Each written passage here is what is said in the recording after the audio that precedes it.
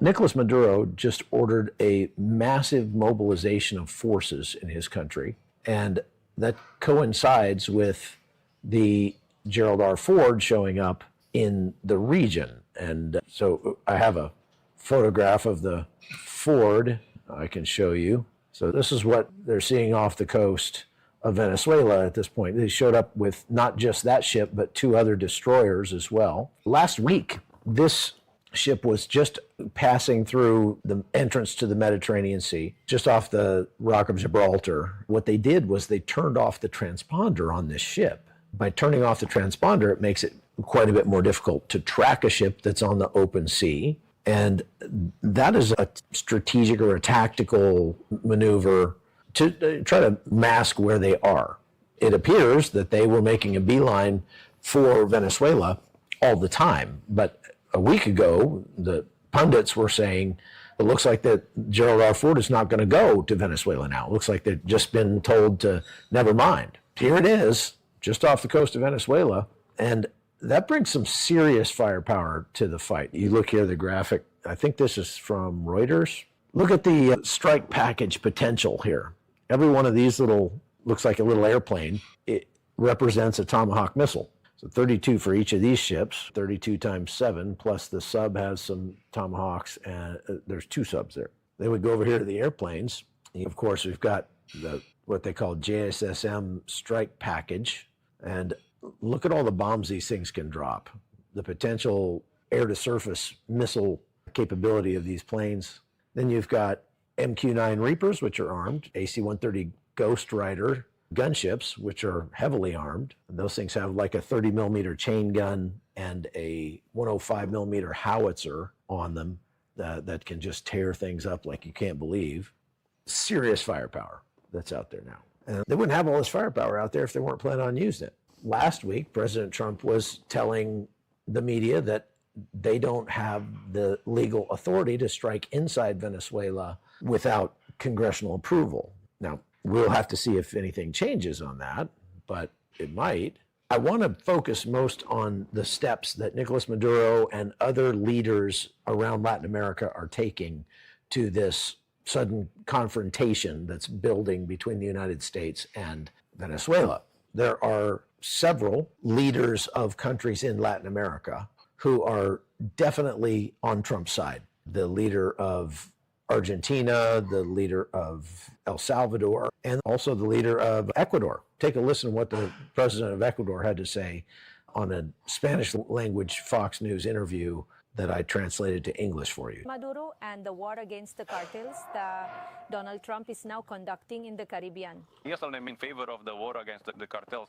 We are experiencing it right here in Ecuador. I live it every day and I'm reminded of it every day. I think President Trump has clear intention to end drug trafficking, and we will cooperate with President Trump's administration completely. If it's security issues, if it's drug trafficking issues, illegal mining, we will be 100% working together.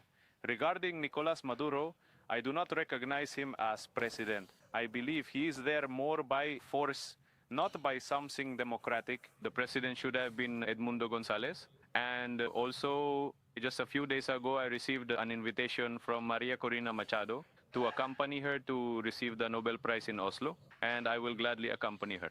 I think it is a moment to be together and a moment to show support. He's saying a couple of things in there. One of the things he pointed out is that it's not just the drug trafficking. He said, we're 100% behind President Trump if he's going after drug trafficking, narco trafficking, and illegal mining. The reason he said that is because all across Latin America, but very much in Venezuela and Colombia, there are huge deposits of gold. And there's been a cottage industry for decades. There are very high taxes on it that the government puts on it. The government of Colombia, for example, taxes these mom and pop gold miners over 70%. The cartels don't take quite as much, but they take their protection racket. The thing about this that people don't understand is that many of these drug cartels, they actually make more money on the illegal gold trade than they do off drugs. And they're not just going around and taking the gold from these mom and pop artisanal gold mines.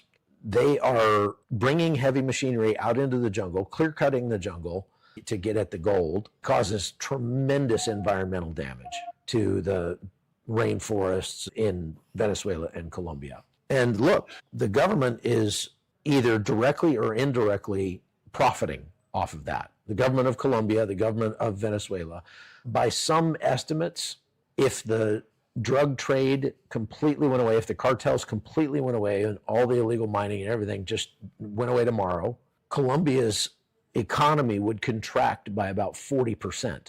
That's how much all of this illegal activity contributes to the GDP in Colombia. No wonder that President Petro in Colombia is really up in arms about these threats against Venezuela. Number one, he's a communist, and so he likes Nicolás Maduro. They get along really well.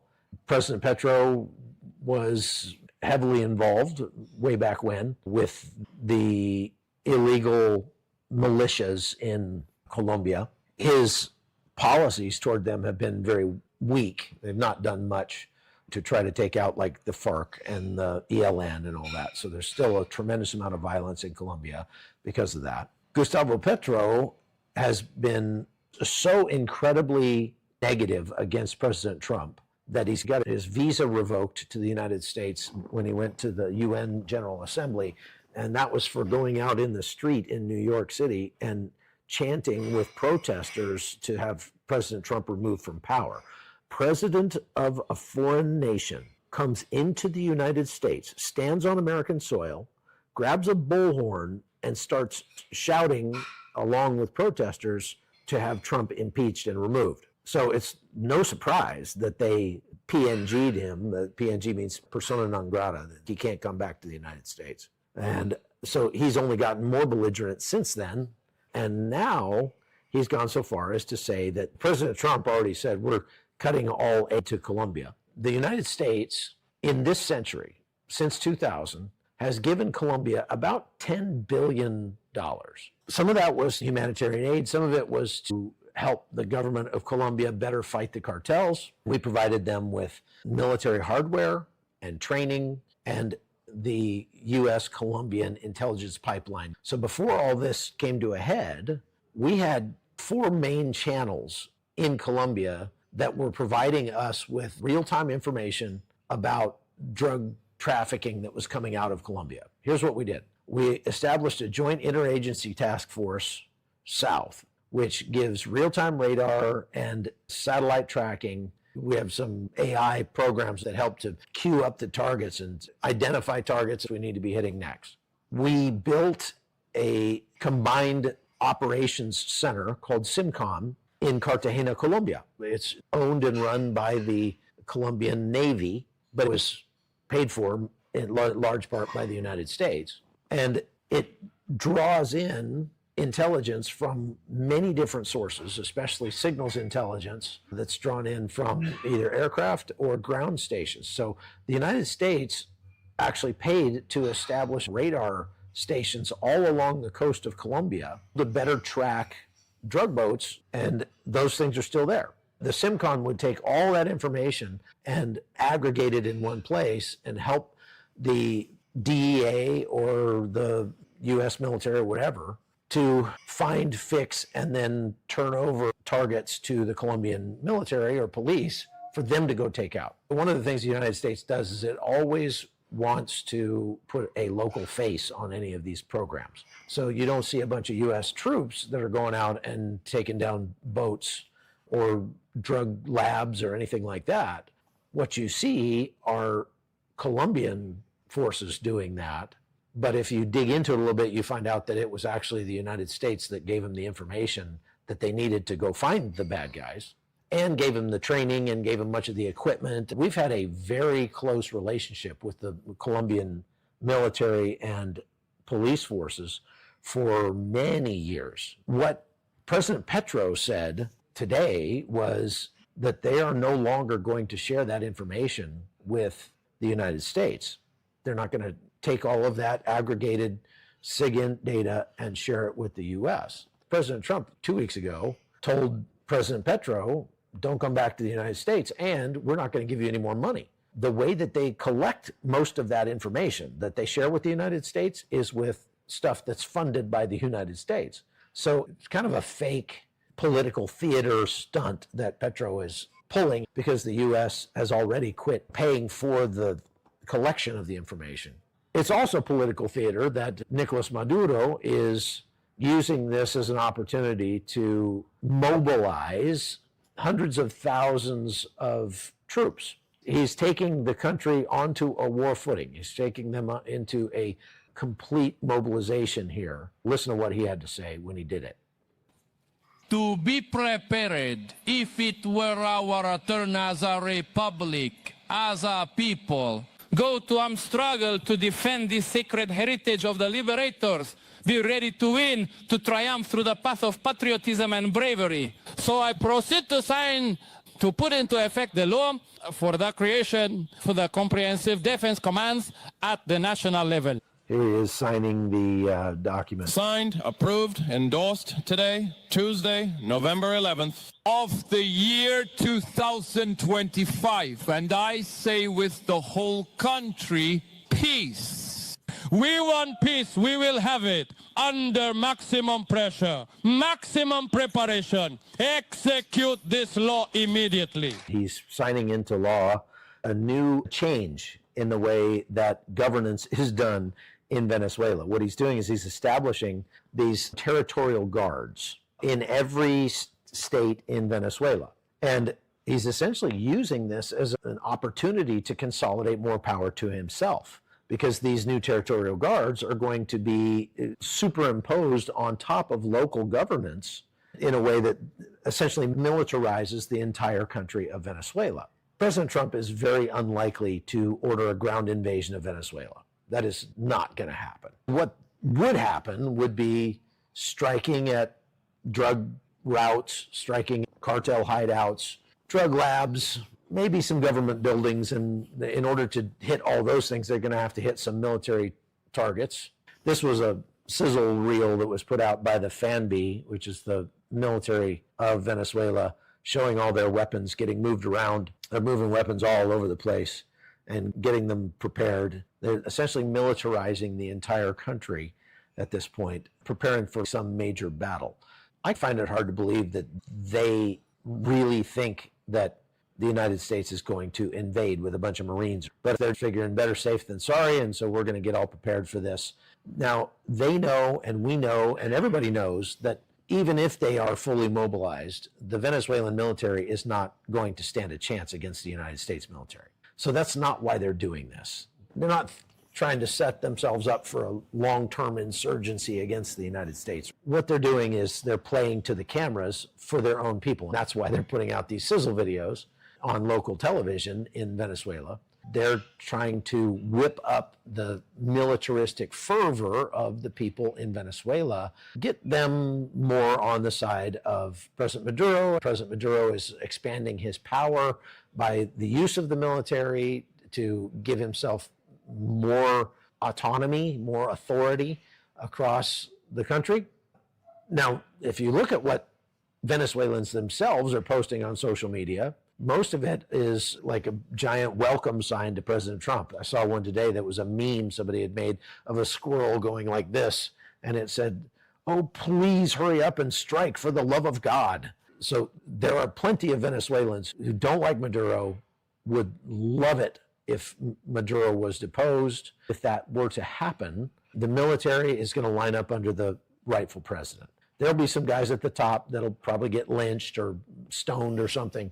But for the most part, your rank and file members of the military are going to be very happy that Maduro's gone. This is the largest buildup of the U.S. military since the Iraq War. And so there's just people going like, why is he doing this? What is the point here? I mean, obviously, this is not just President Trump trying to take out some drug boats. What this is doing is it is cutting off the funding for not just Maduro, but for Gustavo Petro as well. President Trump sees that Gustavo Petro, the current president of Colombia, is not a friend to the United States. So we need to clamp down on Colombia every bit as much as we need to clamp down on Venezuela. So what we're seeing play out here is a maximum pressure campaign on Nicolás Maduro to try to get him to step down and leave. Nicolás Maduro is using that as an opportunity to try to improve his image with his own people and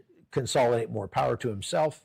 The Colombian president has talked about we need to form a coalition of willing countries in Latin America to counter President Trump's extrajudicial killings. He's calling all these drug boats that are getting blown up in international waters extrajudicial killings. President Trump's team is couching this to try to come up with a legal justification for what they're doing, is to say, without being in armed conflict with a sovereign state, we're at armed conflict with these cartels. Everybody on the left points out the cartels are not shooting at us. And the Trump administration is saying, oh, we're making a distinction that if you're bringing poison into the United States that is killing Americans, we're going to treat that the same as if you were lobbing missiles at America and killing Americans. And that's the right way to look at it, in my opinion.